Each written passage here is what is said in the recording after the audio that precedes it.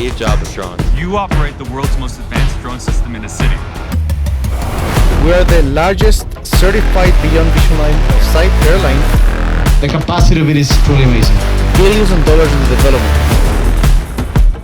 As packages move through the air, traffic is reduced. So we have to simulate all weather conditions, all wind conditions, and all traffic and human conditions below to allow us to operate with the highest safety standards. In 6 months from now, we're going to be 10 times the company you saw today. Why is Quito Ecuador #1? We've created a network within the city, so we have hubs located in the maximum population centers, and drones fly the middle mile in between them. And with 6 hubs and 16 routes, we're really operating on a very large scale. It simplifies your life, right? You're making people's lives easier. These drones are operating in the most urban setting in the world. Why Ecuador? First, I was born in Ecuador, and even though I studied aerospace engineering in the United States, I always knew that LATAM, and especially Quito, Ecuador, was a very unique place for drone delivery. As you heard before, with my partner and CEO, Santi, we met at university almost 20 years ago, and our thesis project was a drone designed to operate in LATAM. So you layer on top of that the fact that permits are not impossible here, they are hard, and started operating. The companies based in the United States were a C Corp, but as soon as that was set, we opened the subsidiary in Ecuador to start operations. It took us about a year to get the initial permit, was a proof of concept permit with the civilian authority, really trusting our judgment. And over time, we showed them how many flights we've done. On our first route, we had over 1,000 flights before we have to move to the next step, which was the network permit.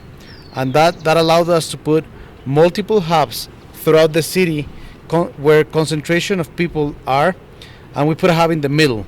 And with drone delivery flights in between them, we really connected the whole city. And that's how this whole scaled over city. It's based on trust from the civil authorities, really being transparent with them, showing them the operational data, the safety record, the mistakes we do. And on top of that, we built a lot of good reputation that allowed us to do what we're doing today. People are thinking that, oh, you just put a hub in the middle of a city and it's flat. That's not true at all. What makes this special, right, is that Quito is a city that's in a valley, and it's like, this is one of the most highest cities in South America. This is second to La Paz. So, imagine going from one part of a city to another, right? You are making the lives for people much easier. Yes. Just to give you a couple of examples, our port in Cumbaya is 400 meters below in altitude and about an hour away by car because of the mountains around the city. From the central hub. And the hub we're close to right now, it's actually about 20 kilometers further north. And since Quito is in between two mountain risks, it's a very long city, but with a huge traffic problem.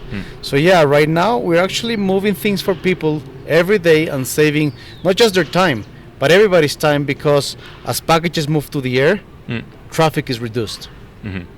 But also the fact that you're on one side of a hill and you have to go to the other side of a hill. The fact that you have to go down and up is just it's hectic for someone. For me, first of all, I don't like to drive. Second of all, it's just up and down. While you just send it for drone, it simplifies your life, right? You're making people's lives easier. Yeah, people's lives become easier as things move in the most logical way. It makes no sense for a package, your wallet, to go from here to the other side of the city, to go through the streets on the city, and especially worse on this type of cities where you have a lot of mountains around. So what we're doing really changes how things get transported and how people use the system. Yeah, I'm going to have to use that tomorrow to send my wallet from one part of the city to another. I think that's... Yeah, for sure. There are 10 guidelines, though, to starting a route. Tell us those 10 guidelines. First, obviously, we select the routes, and those are selected with our partners, like Servientrega, DHL, delivery companies. They know where packages move from one place to another. After that, we run a ground risk analysis process, really analyzing what's in the ground under a route. Then we run a lot of simulations. The simulations are critical because we're gonna fly every day hundreds of times a day over the same route. So we have to simulate all weather conditions, all wind conditions, and all traffic and human conditions below before we know the route is accepted. On top of that, we do real flights with other type of drones to make sure that there's no obstacles and that we have a record of every component of the route on the ground. And then comes the first flight. And from that, you start building volume over the flight. So maybe I summarize a few of the steps, but all of them are very specific safety procedures to allow us to operate with the highest safety standards. We actually see ourselves as an airline. In Ecuador, we are the largest certified beyond visual line of sight airline because we have more flights daily than all other airlines combined. Wow, that's just incredible. That is purely. I mean, I think I'm going to ask all my friends, and no one's going to get the right answer on that. Yeah. They're going to say Tame, but that's not the case. It seems like it's simplified a lot. Why isn't this something in the U.S.? It seems that people are afraid in the U.S. to introduce such a technology. Ecuador is #1 for drone delivery. I was telling a lot of people, Ecuador is the place of freedom for drones. Yes. So what is the risk tolerance of the U.S. right now? I think I would say it's a three-layered answer to that also. First, U.S. companies started with last mile projects, last mile delivery. And technologically, that's the hardest component of the delivery chain. And to me, it's the less valuable. You can replace it with a motorcyclist doing a 1 kilometer or somebody with a backpack in a bike. And it's the most challenging for regulators because it's aleatory. You don't know where the drone is going to go. So how do you control the airspace when the drone is going to be in multiple places multiple times?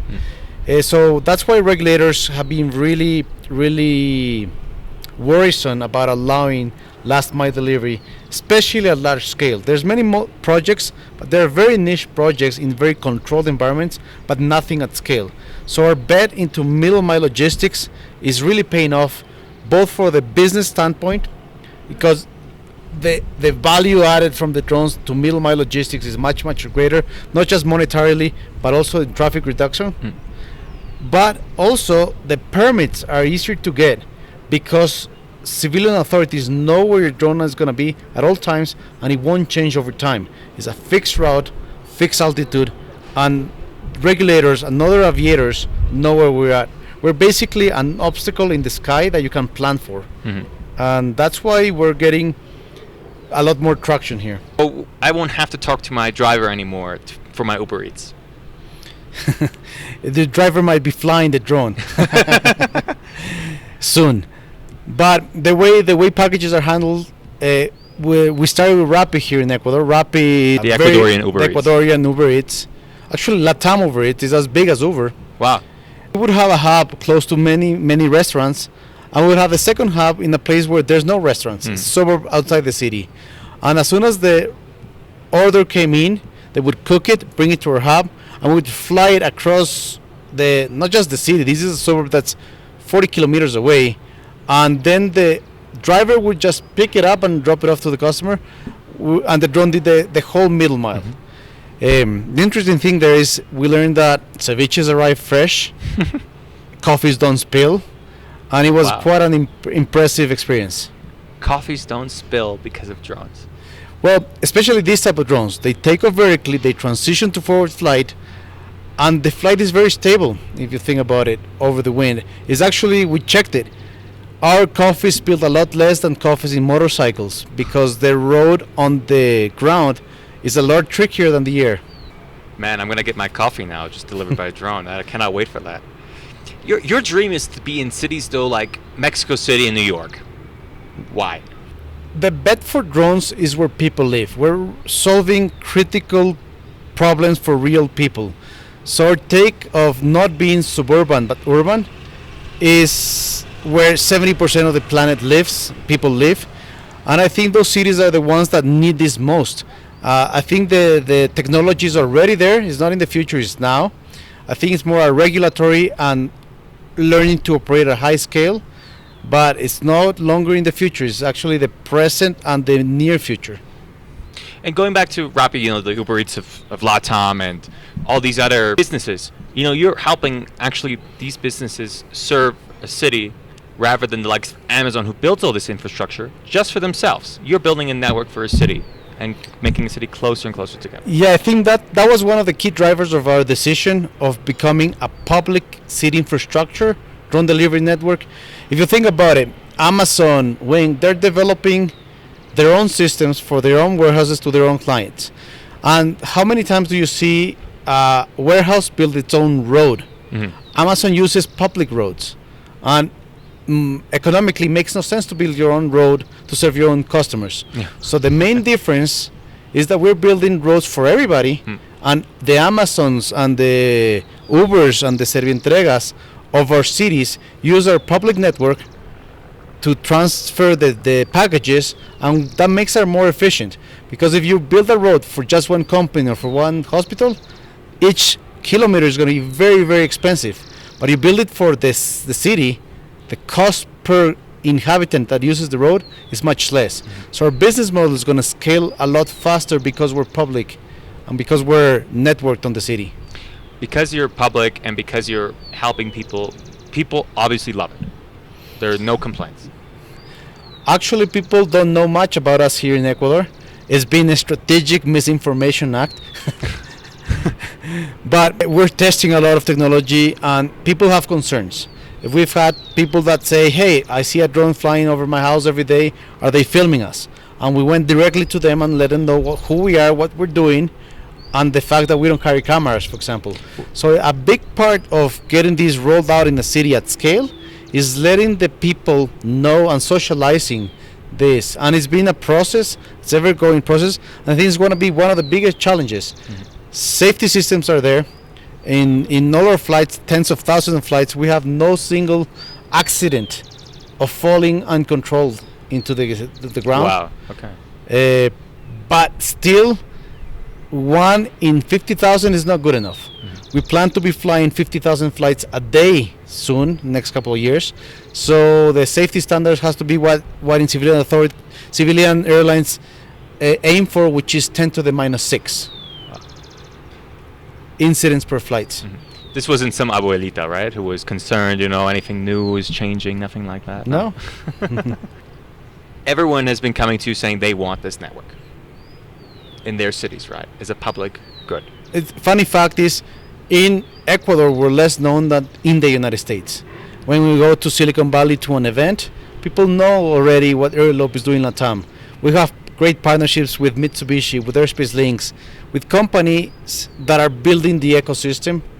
And I think ultimately this package of companies who are learning together how to do this at scale, and when I say scale, it means thousands and thousands of flights every single day per every single city. It's already demonstrating that this is more than a single company. It's public urban infrastructure that serves the public. And with that, we're starting to see cities asking these type of networks. As a city like Medellin already asked us for demonstrations, and actually yesterday we signed a contract with Ivory Coast for Abidjan to get a network. Wow. I think these type of things are demonstrating that we are becoming relevant at a city public level, and that's quite interesting. Wow, so Ecuador and Ivory Coast are the number ones in the world. I would say within 6 months, Quito and Abidjan, Ivory Coast, Quito, Ecuador, will have the 2 largest drone delivery operations in the planet. Man, New York is losing out, We're losing out on the U.S. is losing out on it big time. I don't know.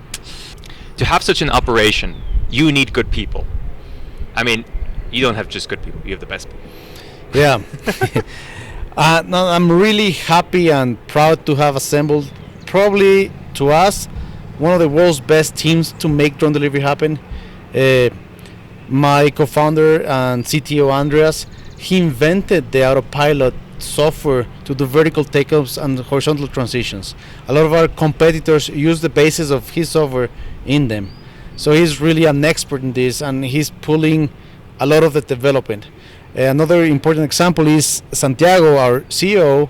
He was previously the director of operations at Virgin Galactic, and he realized that even though space tourism is very sexy, drone delivery at scale over cities is sexier, and that's why he joined us full time. That's a fantastic opening line.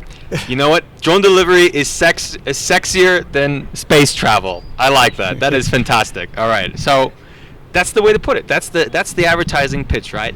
Drone delivery is sexier than space travel. That's really, and to have the right people who believe in that is important in what you're saying. Yeah, and it's not just sexier.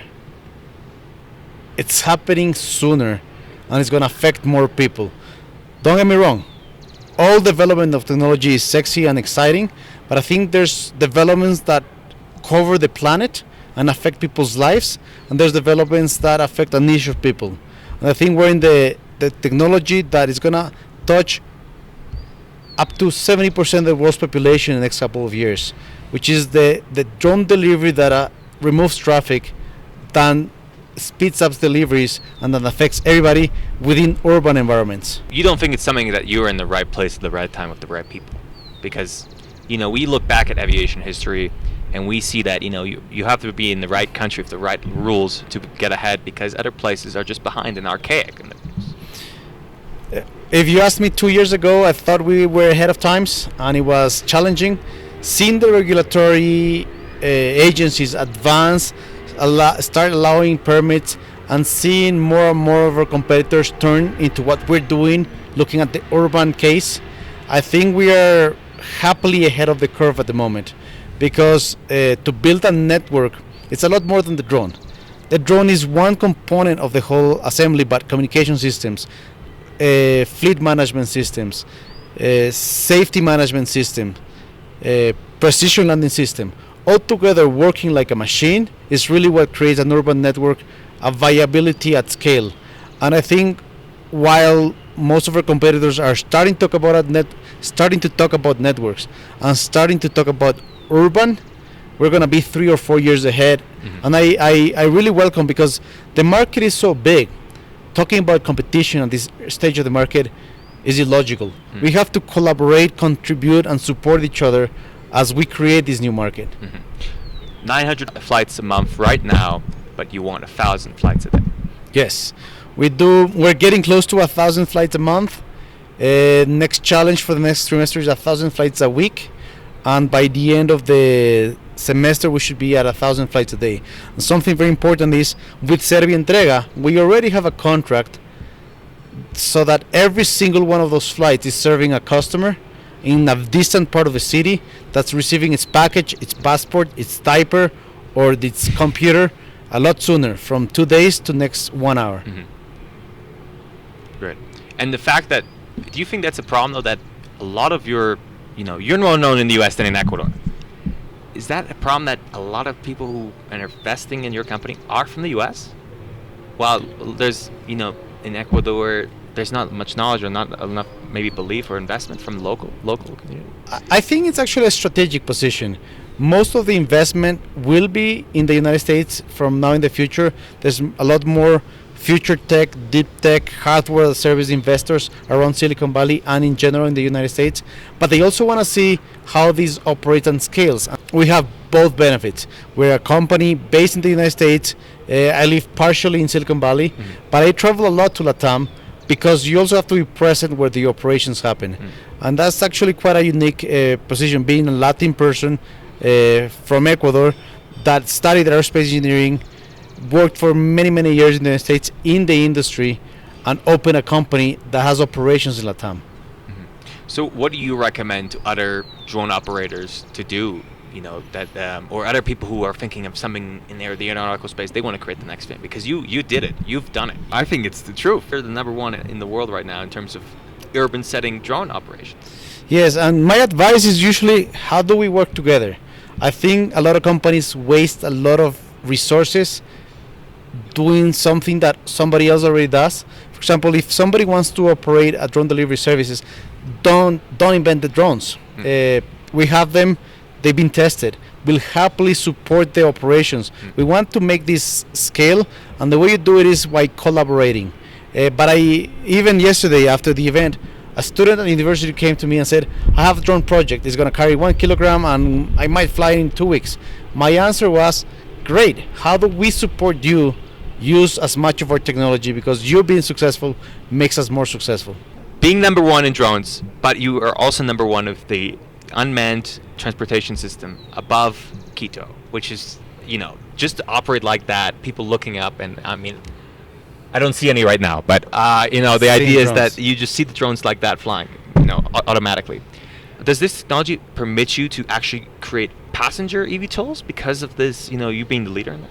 Yes, and that's kind of our plan and was the bet from the beginning, but it's going to be an ongoing process. To give you a couple of numbers on why we selected the drone types we've developed, 70% of the e-commerce is under 2 kilograms. This is information from Amazon and Mercado Libre. So that means you can already transport 70% of what Amazon sells with our type of drones. What we've been realizing lately is there's customers that want to ship bulk deliveries. And that's why our new development drone has been 250 kilograms. So we're actually chasing what our customers need. I don't think yet there's a business case for eVTOL transporting people because of regulations. If you think about it, you cannot get to near airports, you cannot get to your house, and the use case that they all talk about is transporting people from their house to the airport. So if you're not allowed to actually get close to both ends, you need Uber first mile, transfer to a vertiport, get a eVTOL 5 kilometers away from the airport, get another Uber, and home. It's almost as complex as getting the Uber full way. So I think regulators are going to advance, move, shift, and understand that this is part of the ecosystem in aviation. But until then, we're going to be flying billions of packages until we get to that. The technology does scale up, but I think it makes a lot more sense to scale up with millions and millions of orders already executed, because that gives authorities the safety and confidence on our operations as we start moving humans. So you can transport 70% of Amazon's products in your drones? Yep. Wow. So what do you say to Jeff Bezos? Let's work together. You guys are doing and been doing for quite some time a huge investment in what is last mile. We have the middle mile covered, and middle mile is the backbone and allows you to save on warehouses, and I think it's where the bigger part of the pie does behind the last mile. So it's quite complementary, and we're open to doing business, and any type of work here in Latam that we can get started right away, we're fully open. And the fact that Amazon's own drone system in an urban setting is still POC, it's still a proof of concept. You beat Jeff somewhat this. I think from the POC to the actual flight, there's 70% of the discovery. So those companies doing proof of concept, they still have 70-80% to learn, that we've been struggling and improving and learning and pivoting by being a large urban operator. And I think at some point that's gonna be critical. And for everybody who's starting, the drone is the shiny thing, but it's not the whole operation. It's 20% of the technology set. The drone is only 20%. What is the rest percentage? So 20% drone, fleet management, how do you manage multiple drones by single operator, 20% more. How do you train and keep operators awake on these very lengthy times of operating drones at a high scale? The human factor of this is about 20%. I would say the precision navigation systems, GPS denied navigation based on vision, precision landing systems, another 20%. And then the business model, realizing how this is profitable at scale, creating the network itself, is another 20%. And that gives you an idea of the drone is a shiny thing, but without everything else, you don't have a system, you don't have a network, you don't have a business case. So when you and Santiago met in university, it was the drone, the shiny thing. It was the drone, and I think that's still for most. I think everybody shows off the drone, has close-up pictures of the drones, and when we ask people to see our operations, it's about the operation and the complexities of the operation at a high scale. And the drone has still the shiny thing, but it's not the whole thing. Yeah, it's so shiny. I would like to take one home. That is the network. We're saying you would call it the network, because it's not just the drone; it's everything else that's included with that. Yeah, and it took us quite some time to explain this. We are building urban drone delivery networks over cities. Every single word is important, because remove urban, you don't have critical mass. So you're doing flights. Remove network, means you're only serving certain part of the city, but our clients have customers all over the city. For them to transfer to us a big bulk of what they deliver, we have to be spread throughout the city. And this is actually the learning process that took us 2 years to get to my equation, which is you need reach, which means having multiple hubs spread throughout cities, so that our customers, delivery companies, give us all their volume. And once you have volume per flight, you get consolidation of packages. And that means each autonomous flight carries multiple packages for multiple clients. And with that, we're an order of magnitude lower in cost than normal delivery systems.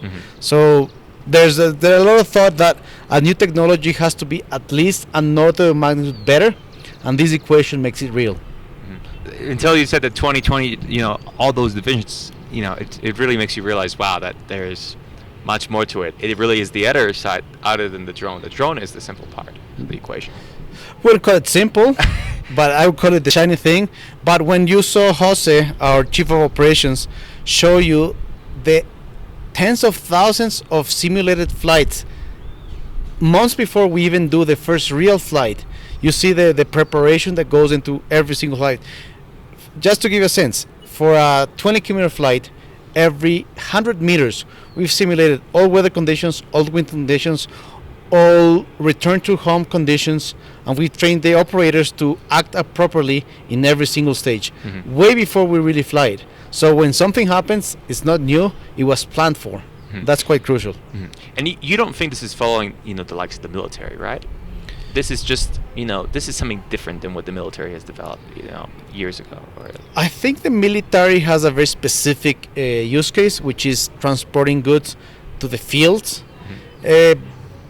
But once you are over people, the network is critical. I think the analogy is more how the cell phone happened. When you had landlines, you could talk one-to-one. And when you have two cell phone towers, you connect one area of the population to another. But when you have a network of cell towers over city, it's anywhere to anywhere. And imagine, it grew worldwide. You can call anywhere with the internet. So I think the network effect is something that's going to become the component that makes drone delivery happen or not. That's where the network comes from. That's the origin of the word. So it's like Blackberry. Blackberry 2.0 except for aeronautical flight. Blackberry, the small mobile phone, the small black phone that people used to use before the iPhone. Yeah. That was what revolutionized calling and sending emails. The dumb smart cell phones. Yes. So I don't want to say this is the dumb airplane, not the same thing, but there's that connotation similarity, that. No, and one of our challenges is we are at the Blackberry stage of cell phone communication, still early stage.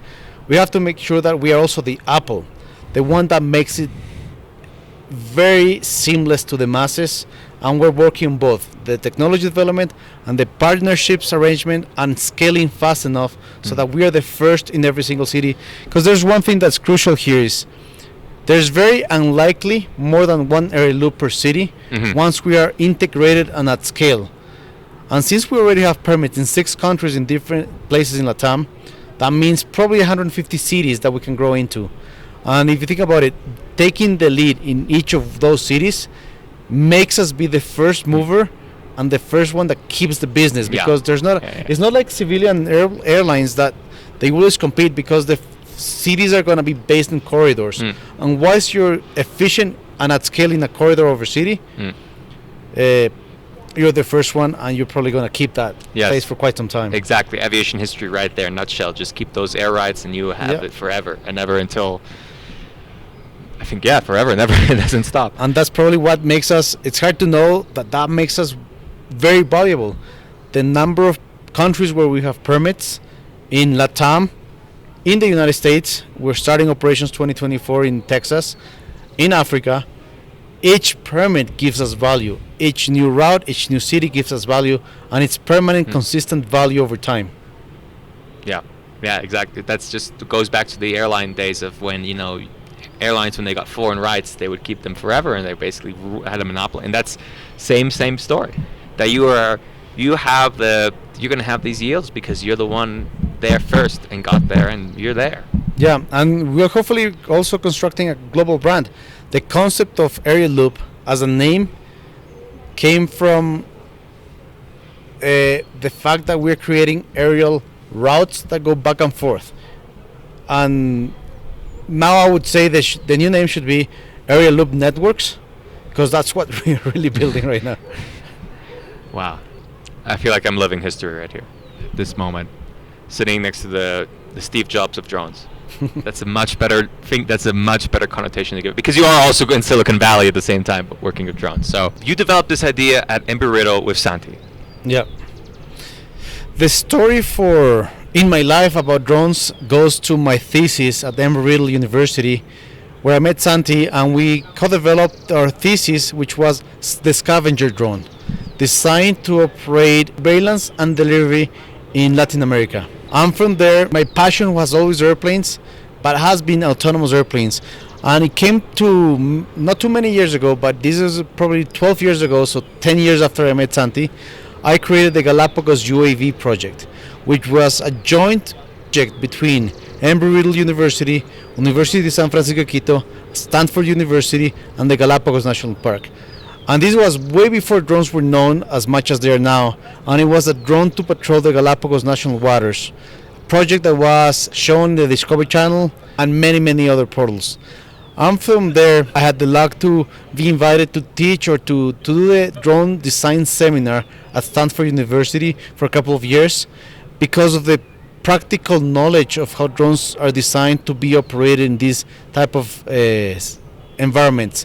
It was the Galapagos, which required a lot of salt environment, and lately it's been the design of the urban drone for the urban environments, which has a very unique and important characteristic, which is, I would say, quadruple redundancies in the drone system. Because our drones, and something most people don't know, is in urban areas you're going to get burst strikes, you're going to get solar flares.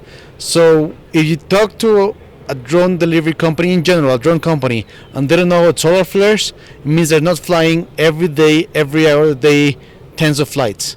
Solar flares are not that uncommon. They happen. They kill the GPS signal, and that's crucial.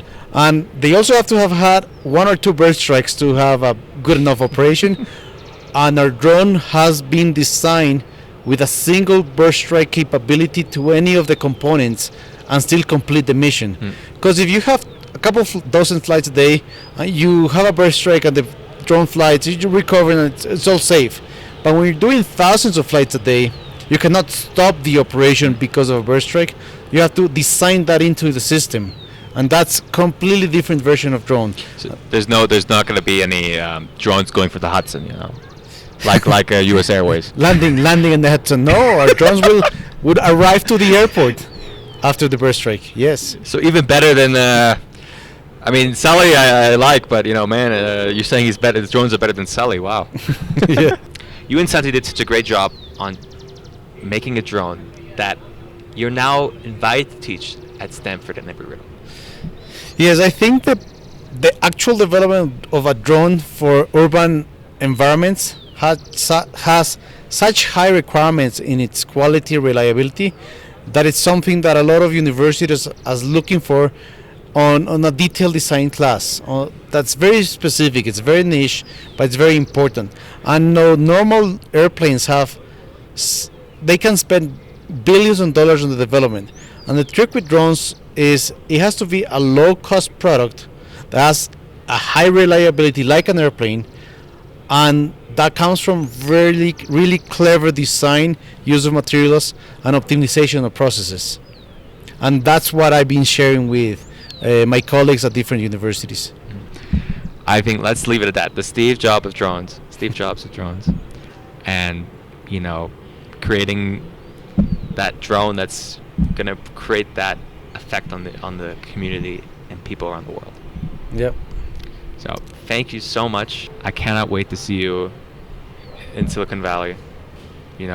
Bringing drones in Silicon Valley would be, you went there, you come back, you did it in Ecuador, and now you're going back to do it in Silicon Valley. Yes. That would be a full circle. Yes, it's a pleasure, and we'll make sure that you see each as very often. We move and evolve really fast. We're not the company we were 6 months ago, and in I'm ensure you that in 6 months from now, we're going to be 10 times the company you saw today. So it's moving fast and it's moving quickly and it's growing greatly. Fantastic. Great, and thank you so much. This is to see it in Ecuador. I think it's just to see it. That makes the difference, and that's bringing all these people to see it is what caused that. Yeah, it's a funny thing. When I bring people to see our operation, I'm told, Pedro, you do an amazing job at executing drone delivery company, horrible job at PR and showing it off. We have to get better at that, but I think the best PR you can ever do is bringing people to see something that they thought it was in the future or in their Jetsons movies, but it's real and it's here. I'm like the Jetsons, Steve Jobs. All right, we can take both of them. The Jetsons is older people, not a lot of people, but everybody understands that opening scenes from the Jetsons with cars going back and forth, and so I use that sometimes. I think that they're both fantastic. No, if Steve Jobs watched the Jetsons, so that's the connection. Yes, there you go, right there.